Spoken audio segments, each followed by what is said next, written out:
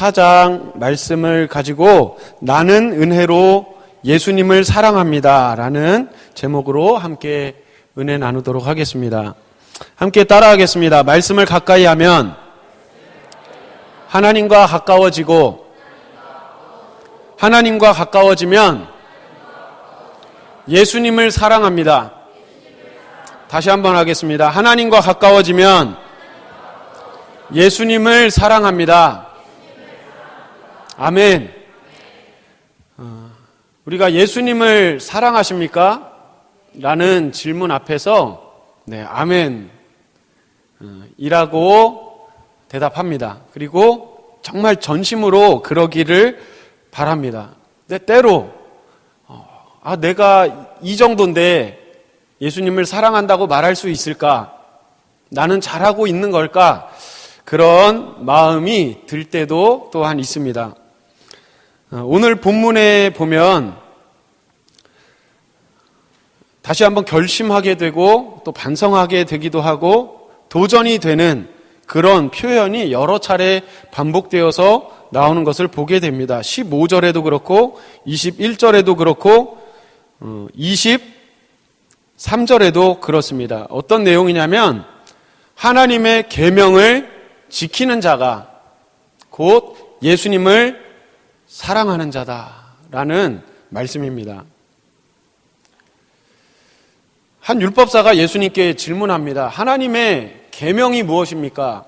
가장 큰 계명이 무엇입니까? 라고 질문했을 때 예수님께서 그 모든 율법을 꿰고 있는 그 율법사에게 가장 큰 계명은 이것이다 라고 하시면서 말씀하신 내용은 여러분들이 알고 계신 대로 마음을 다하고 목숨을 다하고 뜻을 다하여 내 주 하나님을 뭐하라? 사랑하라. 이것이 가장 큰 계명이고 마찬가지로 둘째 계명 또한 내 이웃을 내 자신과 같이 사랑하라 라고 예수님께서는 말씀하셨습니다.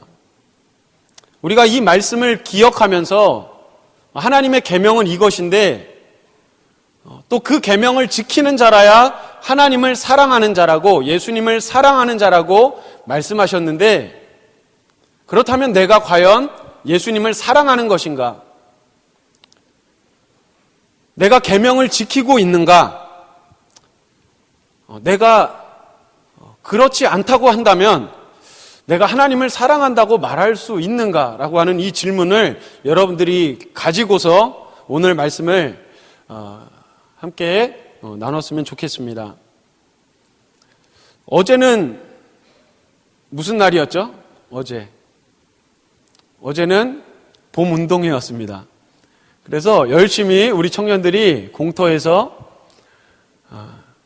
우리 청년들이 열심히 운동했습니다 라고 말하기 부끄러울 정도로 제가 신이 나서 쉬는 시간에도 쉬지 않고 쉬는 시간이니까 족구하자, 쉬는 시간이니까 배구하자 뭐 이러면서 계속 주체를 못했던 추억이 있습니다. 아주 즐거운 시간이었는데요. 여러분들도 그러셨죠? 제가 사실은 아침에 이제 소풍을 가니까 운동회를 하니까 평소에는 그래도 이제 토요일이라고 하더라도 좀 이렇게 캐주얼하지만 그래도 좀 목사로서의 그런 격에 맞는 복장을 하려고 나름 이렇게 신경을 씁니다. 그래서 카라 있는 것 지금 누가 웃으신 거 아니죠? 그게 신경 쓴 겁니까? 뭐 그런 그거 아니죠? 네, 저 요즘에 상처를 제가 잘 받더라고요. 근데 어제는 이제 운동회니까 그래 마음껏 운동할 수 있는 그 복장을 입어야겠다. 그래서 제가 그 운동을 좋아하거든요. 그래서 집에 그 트레이닝복이 꽤 여러 그 종류가 있습니다. 뭘 입을까? 이렇게 7부 입을까? 반바지 입을까? 아니다. 그냥 긴 거 입자. 그러고서는 3선 쫙 입고 풀 세트로. 그래도 내가 축구 좋아하니까 국대 유니폼 딱 하나 입고 내가 나가주면은 청년들이 알아주겠지? 그런 마음을 하고 이제 양말도 스포츠 양말을 신고 이제 나가려고 하는데 그때 이제 거울이 딱 있는 거예요. 신발장 앞에. 제 모습을 봤습니다. 제가 마치 오늘 내가 다 제압하겠어. 내가 너네 모두 다 이길 거야. 이런 결심이나 한 듯이 그 세트로 장착을 하고 이렇게 나가는 그 모습을 보면서 내가 그래도 청년들이랑 운동하러 가는데 내가 이렇게까지 해야 되나? 좀 절제하자. 그래서 네. 그래서 그 트레이닝 바지를 벗고 그 면바지로, 검은색 면바지면 그래도 목사답다 이렇게 인정해 주겠지.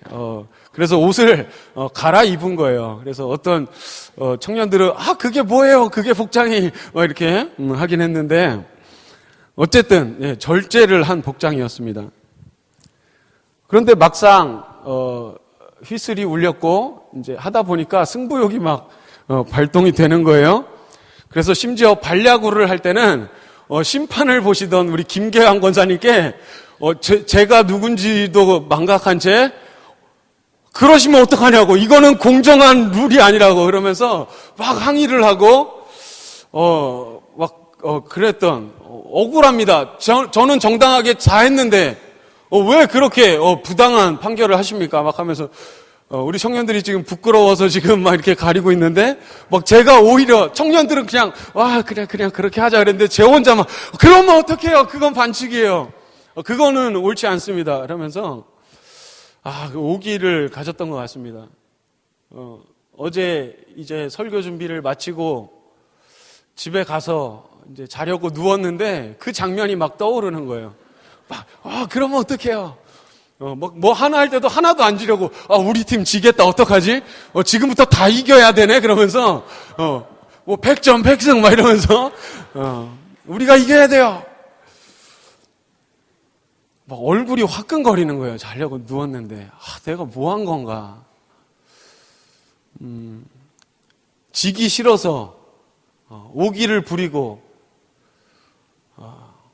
물론, 승부욕이 있고, 스포츠를 즐기고 하는 것은 아주 좋은 일입니다. 우리가 그런 승부욕을 가지는 것은 참 좋은 일이지만, 그러나 제가 청년들과 함께하고 또 사랑하고 또 말씀으로 함께 좋은 것을 나누길 원한다고 하면서 그 자리에서 이건 부당합니다. 내가 왜 져야 됩니까?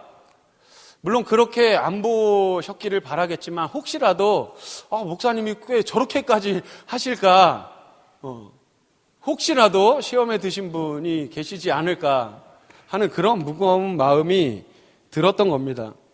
저는 사랑한다고 말하는데 저의 행동은 그 사랑하는 존재로서 그것을 바탕으로 해서 행동하고 말하고 신경 쓰고 한 게 아니라 그냥 그 순간만큼은, 적어도 그 순간만큼은 내가 이겨야 되고 우리 팀이 이겨야 되고 그런 압박감 같은 것에 시달려서 그 사랑하는 마음으로 상대를 대하지 못한 그 모습이 부끄러웠던 겁니다. 그 모습 속에서 과연 저 목사님이 나를 사랑한다라고 느꼈을까? 제가 지금 너무 이렇게 많이 나간 것인지는 모르겠지만 혹시라도 하는 마음에 드리는 말씀입니다. 우리는 온전히 사랑하는 것조차 너무너무 좋은데 사랑하는 방법도 잘 모를 때가 많고, 또 그 사랑을 표현하지 못할 때도 많고, 그리고 그 사랑 자체도 온전한 사랑이 아닐 때가 너무나 많이 있습니다. 하나님을 사랑하고 이웃을 사랑하라고 하는 아주 단순하다, 이것만 지켜라 라고 예수님이 말씀하신 것 같은데 그것조차도 지키지 못하는 것이 우리의 모습이라는 것입니다. 본문 12절 말씀에 보면, 우리 본문 12절 말씀 한 목소리를 읽겠습니다. 요한복음 14장 12절 말씀 시작. 내가 진실로 진실로 너희에게 이르노니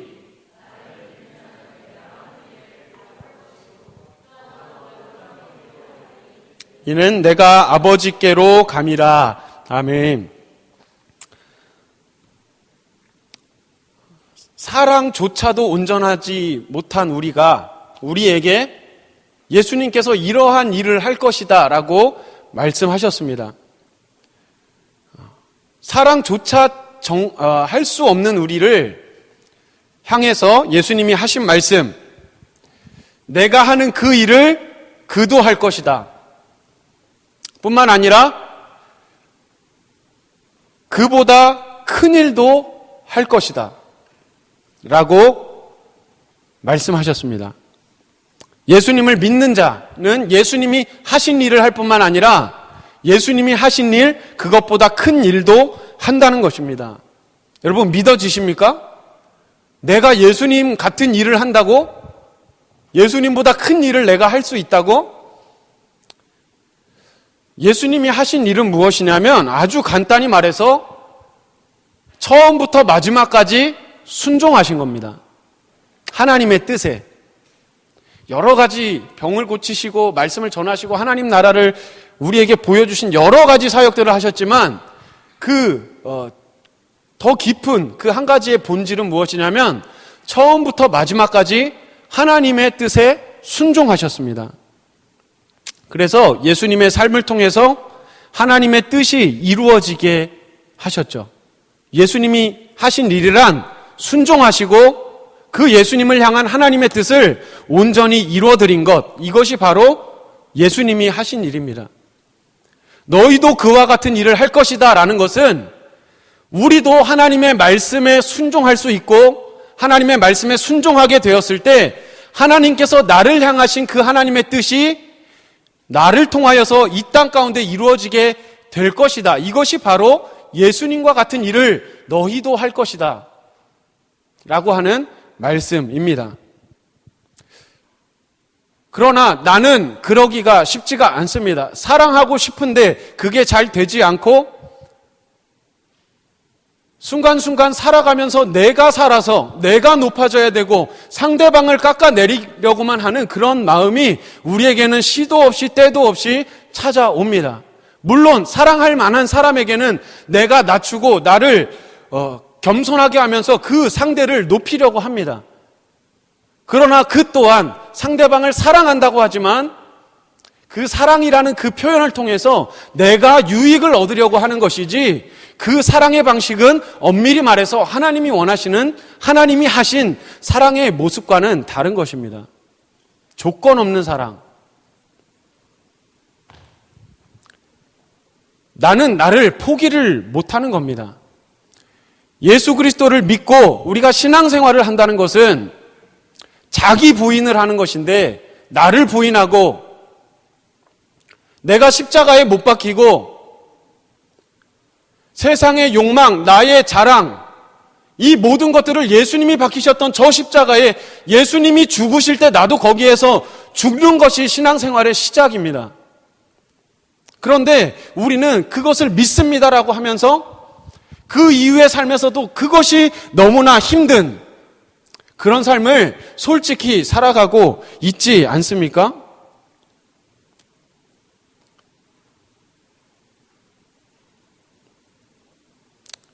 예수님처럼 산다고 하셨는데 나는 십자가에서 죽는 것조차 하기가 어렵고 그런 우리가 어떻게 예수님 같은 일을 할 수 있고 어떻게 예수님보다 더 큰 일을 할 수 있겠습니까?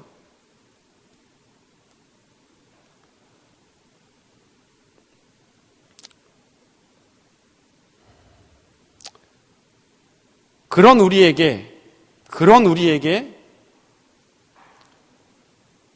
사랑조차 온전히 할 수 없고 나에겐 소망이 없습니다. 이 무거운 짐을 나 홀로 지고 정말 쓰러질 것 같은 이 여정을 걸어가는 게 나의 힘으로 할 수 없습니다라는 것을 인정하면서 고백하면서 솔직하게 하나님 앞에 나온 자에게 하나님께서 해주신 일은 무엇이냐면 예수님의 사랑이 믿어지고 성령께서 내 안에 거하시며 그 이전에는 아무렇지 않게 여기던 하나님이 원하시지 않던 것들을 바라보면서 이 모습들이, 이 나의 모습들이 하나님께서 기뻐하시지 않는 모습이었구나. 내가 이 행동이 나의 이 선택이 하나님과 전혀 상관없는 죄의 본성으로부터 비롯된, 그래서 나에게 죄가 있고 내가 그렇게 하나님이 기뻐하시지 않는 죄의 모습들이 이렇게까지나 많이 있었구나라는 것을 성령께서 알게 해주셔서 그것을 고백하는 일이 우리가 하나님을 믿고 예수님을 믿는 그 처음 시작 부분에 우리의 신앙생활 속에 나타나게 되는 것입니다. 내가 구원받을 수 있는 것은 나에게 자격이 있고 내가 율법을 다 지키고 내가 선한 행동을 해서 구원받을 만한 자격이 있어서가 아니라 이미 예수님께서 다 이루셨고 하나님의 은혜로 그것이 믿어져서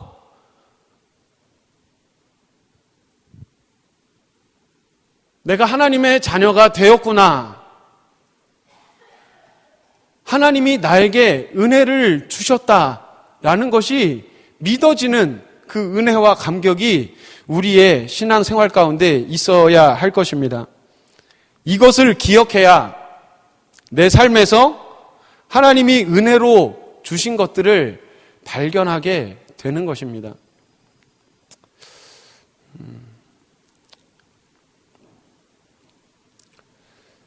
제가 결혼한 지가 3년 차입니다. 결혼 전에 편지를 쓰는 내용, 그러니까 얼마 전에 청소를 하다가 편지를 봤는데 다 말씀드리기에는 부끄럽고 아주 핵심적인 그 표현만 몇 가지 말씀드리겠습니다. 결혼 전의 편지의 내용 이거였습니다. 내가 최고로 행복한 여자가 되게 해줄게요. 비웃지 마세요. 내가 다 해줄게요. 내가 다 사줄게요. 나 믿죠? 사랑해요. 이게 결혼 전의 편지의 내용이었습니다. 지난 1월 30일이 결혼 2주년 기념일이었는데 그때 쓴 편지의 내용입니다. 결혼한 지 2년밖에 안 됐는데 내용이 어떻게 바뀌었냐면 미안해요. 내가 더 잘할게요. 살아줘서 고마워요.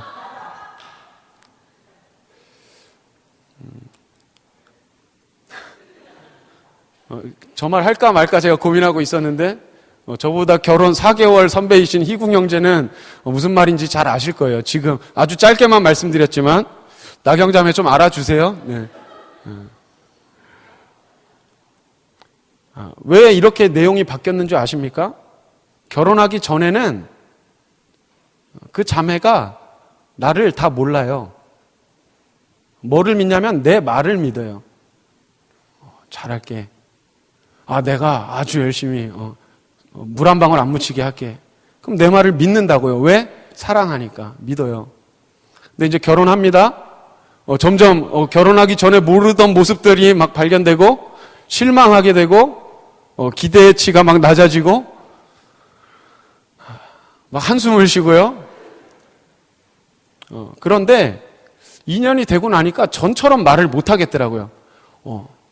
걱정하지 마. 내가 다 해줄게. 나만 믿고 와. 그 말을 결혼하고 나니까 못 하겠더라고요. 왜 그런지 아세요?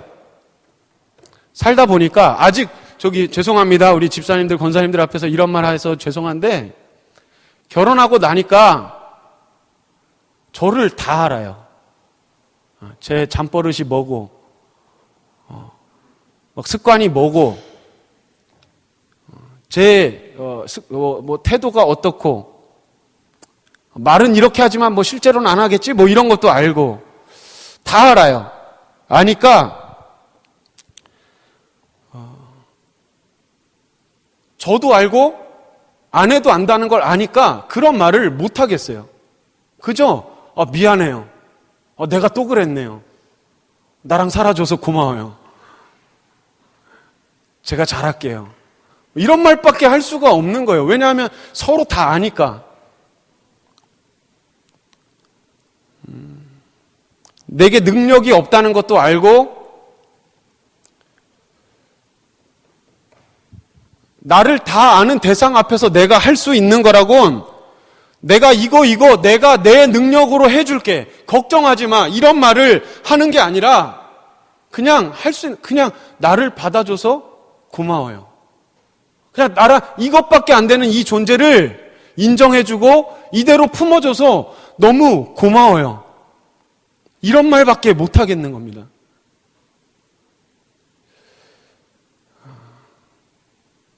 이 은혜 잊지 않을게요.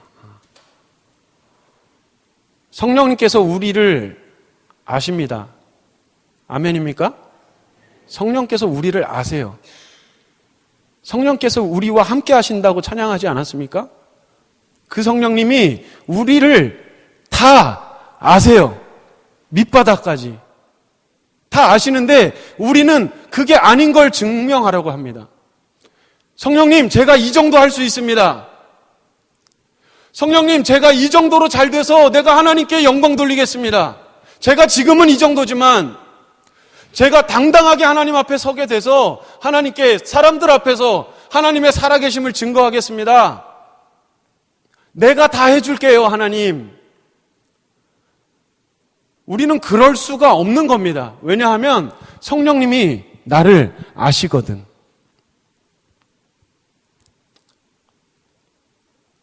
그런 우리가 어떻게 예수님 같은 일을 하고 더 큰 일까지 할 수 있겠습니까?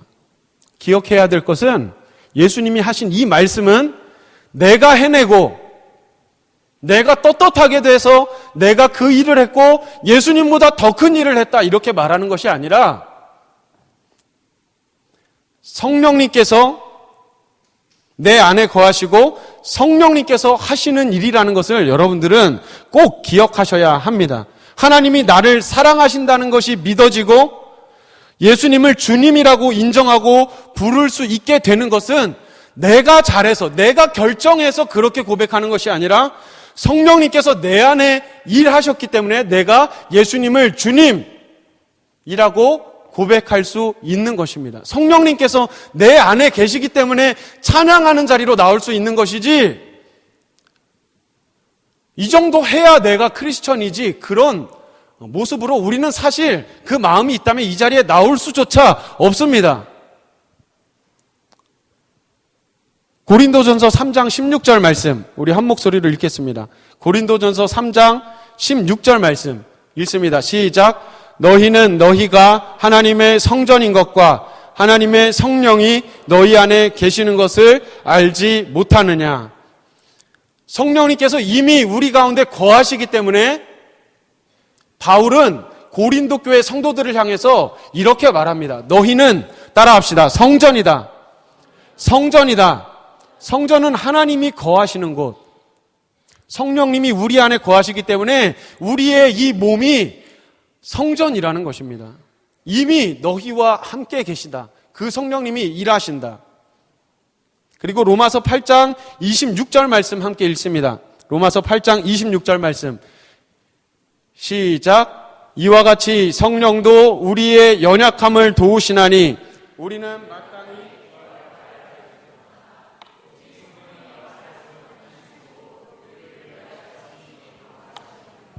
아멘.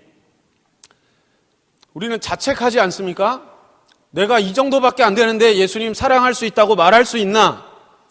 이 말씀을 기억하시기 바랍니다. 우리가 잊어버리고 때때로 다른 것에 우리가 집중을 해서 그렇지 알지 못해서 성령님이 내 안에 안 계신 것 같지만 성령님은 탄식하시더라도 마음 아파하시면서 우리를 떠나시는 게 아니라 그런 상태로 계시면서까지 우리와 함께 하신다는 것을 여러분들이 꼭 기억하셨으면 좋겠습니다. 성령님이 우리 안에 계심을 믿으시기를 주님의 이름으로 축복합니다.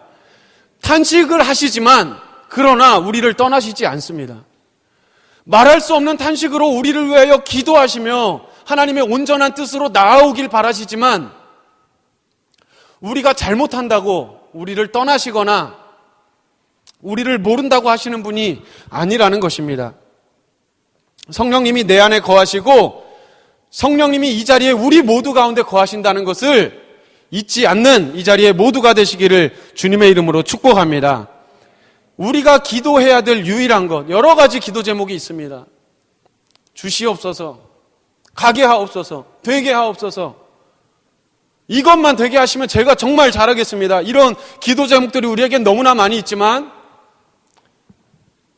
우리가 한 가지만 기도해야 된다라고 한다면 우리는 이것을 위해서 기도해야 됩니다. 그것은 무엇이냐면 기도해야 될 유일한 것은 바로 성령입니다. 왜냐하면 내 자신을 부인하고 그리고 내가 하나님의 계명을 지키고 하나님을 사랑하고 이웃을 사랑하는 그 계명을 지키는 것, 그래서 예수님을 사랑할 수 있는 것, 이 모든 것이 다 내가 할 수 있는 것이 아니라 성령께서 내 안에 거하셔서 나를 인도하시고 나는 거기에 순종할 때에 내가 그 모든 것을 할 수 있기 때문입니다. 그래서 우리는 유일하게 한 가지만 기도해야 된다 그럴 때 반드시 기도해야 될 것, 그것은 바로 다시 한번 따라하겠습니다. 성령을 구하셔야 됩니다.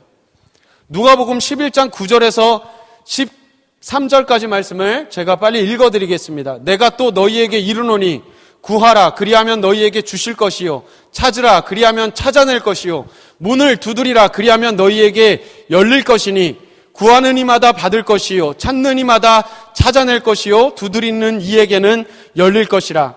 너희 중에 아버지 된 자로서 누가 아들이 생선을 달라 하는데 생선 대신 뱀을 주며 알을 달라 하는데 정갈을 주겠느냐? 너희가 악할지라도 좋은 것을 자식에게 줄 알거든. 하물며 너희 하늘 아버지께서 구하는 자에게 성령을 주시지 않겠느냐? 무엇을 주시지 않겠느냐? 네. 우리가 엄청 좋아하는 말씀 아닙니까? 구하고 찾고 두드리면 다 주겠다. 그래서 우리는 다 구합니다. 이거 들어주시옵소서. 열심히 기도했습니다. 그런데 다 주셨습니까? 다 안 주세요. 나는 이게 너무 절실하고 이게 돼야만 하는데 기도합니다. 하나님, 돼야 됩니다. 주세요. 100가지를 기도하면 한 3가지, 4가지 주실까? 그렇게 느껴질 때가 있습니다. 안 주시는 것 같아요. 오히려 그래서 시험 듭니다. 막 기도하기 싫고 기도해도 안 주시는 것 같으니까. 그런데 우리가 하나님의 말씀을 잘 몰라서 그런 오해가 있는 것이지 하나님은 구하면 주시는 분이 맞습니다. 우리가 말씀을 잘 보면 뭐를 위해서 구하고 찾고 두드리라고 말씀하십니까? 그것은 바로 성령이었습니다. 성령. 구하는 자에게 성령을 주시지 않겠느냐? 구해라. 그리하면 내가 성령을 주겠다. 구해라. 내가 다 들어주겠다. 찾으라. 내가 그 성령을 줄 것이다. 라고 말씀하시고 약속하셨는데 우리의 관심은 성령이 아니라 오로지 우리의 관심. 내가 그저 이 땅에서 잘 되는 거, 그것만 구하느라 성령을 구하는 것을 잊어버리는 거 아닙니까? 우리에게 좋은 것은 그냥 내가 원하는 게 그냥 짠 기도하면 짠 이루어지는 그게 우리에게 좋은 게 아닙니다. 왜냐하면 하나님을 잊어버리기 때문에 그렇습니다.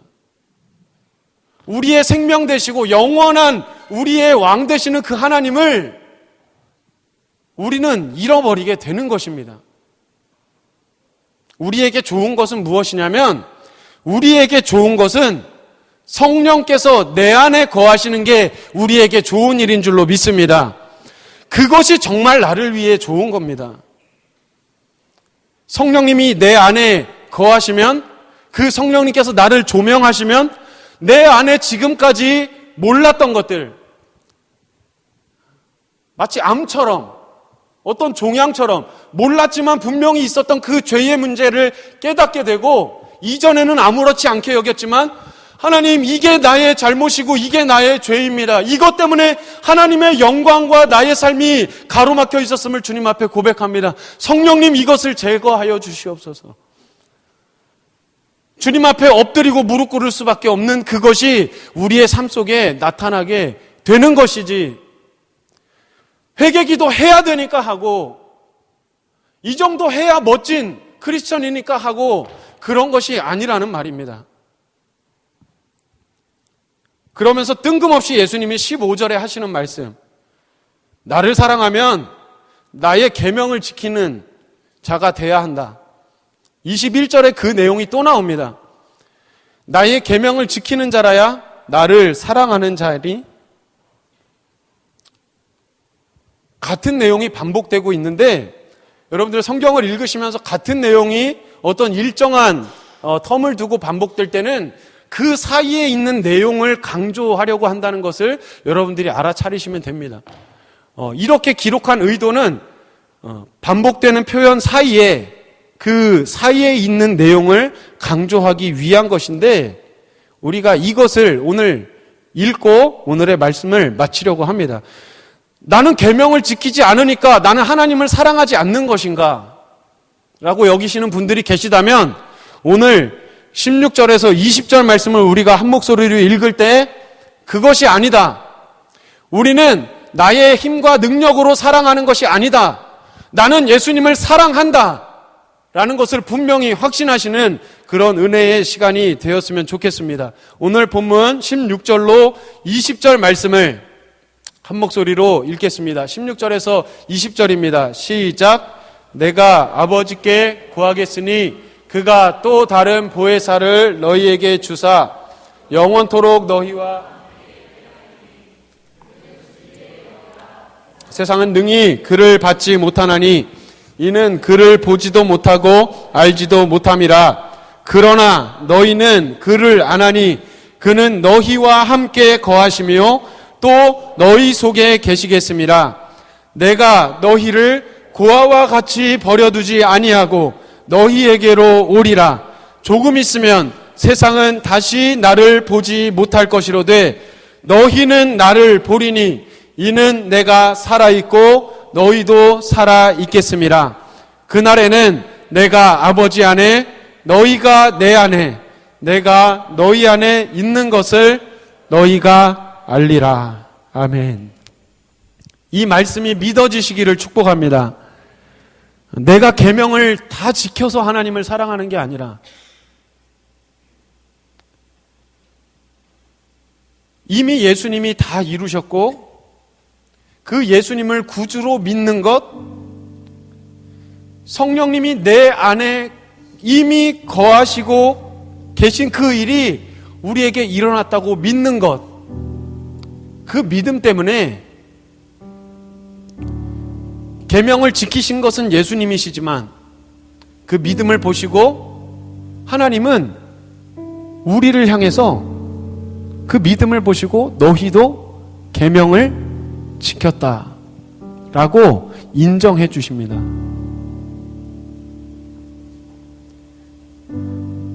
지금은 아니지만 언젠가 내게 임하실 것입니다 라가 아니라 이미 약속하신 그 성령님이 예수 그리스도를 구주로 인정하고 영접한 그 순간부터 내게 임하셨다는 것을 믿으시기를 축복합니다. 그때 우리는 이렇게 분명히 말할 수 있습니다. 내게 자격이 있어서가 아니라 그 성령께서 나에게 증거로 보여주시기 때문에 따라하겠습니다. 나는 예수님을 사랑합니다. 나는 예수님을 사랑합니다. 우리가 다른 것을 보고 있을 뿐이지. 너무나 소중하지만 다른 것에 집중하느라 기억하지 못할 뿐이지 우리는 성령께서 그것을 분명하게 알게 해주실 때 우리는 무엇보다 예수님을 바라고 예수님이 원하시는 그것을 나도 원하는 그런 믿음이 우리에게 있습니다. 그 믿음이 우리에게 있습니다. 그 믿음이 우리에게 있습니다. 의심하지 마시길 바랍니다. 성령께서 우리에게 증거해주고 계십니다. 그렇게 결단하기를 원하시는 분들은 이 시간 자리에서 일어나셔서 내가 하는 것이 아니라 성령께서 하셨고 나는 순종하면 됩니다 라고, 그래서 나는 예수님을 사랑합니다 라고 고백하기를 원하시는 분들은 우리 이 시간 주님 앞에 찬양과 또 우리의 온 마음을 담아 예물을 주님 앞에 드리는 시간을 갖겠습니다.